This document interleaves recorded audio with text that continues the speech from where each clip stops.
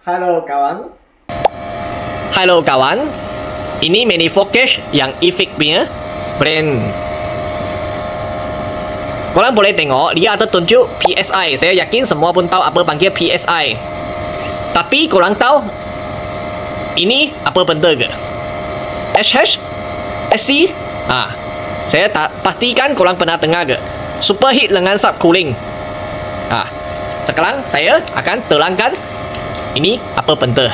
Korang boleh tengok dia ada tulis EV, TL dan HH. Ini semua dia kena sambung di itu pipe besar. Kenapa saya cakap macam ni? Sebab dia sini side sambung di ini pipe besar. Dan dia ini crimper pun sama lah. Sekarang saya tunjukkan ini. Ini kenapa dia kosong? Sebab dia tak ada sambung apa-apa mah. Dia ada COTHSC. COTHSC. Ini pipe kecil.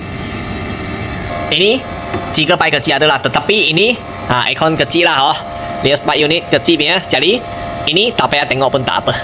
Tak payah tengok pun tak apa. Jika ini ada cek, baru boleh tengok. Dia sekarang sini sudah tak cun. Sudah tak cun. Tetapi saya pun akan terangkan lah. Ini apa benda. Korang boleh tengok EV dia apa masuk. Dia evaporation temperature. TL temperature line. SH super heat.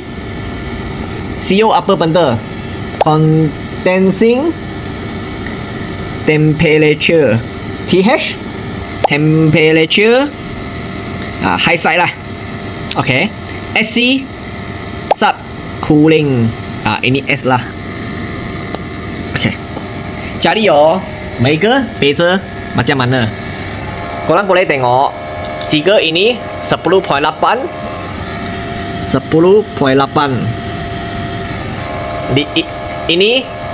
inilah 10.8 masuknya dia sini punya suhu. Dia kira sini punya suhu sebab ini evaporation mah punya temperature. TL apa benda? TL apa suhu? Ini temperature line. Masuknya dia sini pipe punya suhu. Sini pipe punya suhu. Jika dia ukur sini punya suhu ada 22.3 kali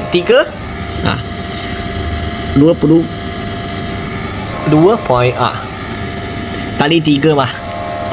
Sekarang sudah turun. Sekarang dia punya suhu sudah turun 21.9 lah. 21.9. Jadi dia ini temperature line dia mau tolak ini. Dia mau tolak baru boleh dapat ini superheat. Tengok dia punya beza ini jika 21.7 tolak 10.8 dia baru dapat ini 10.9. Faham?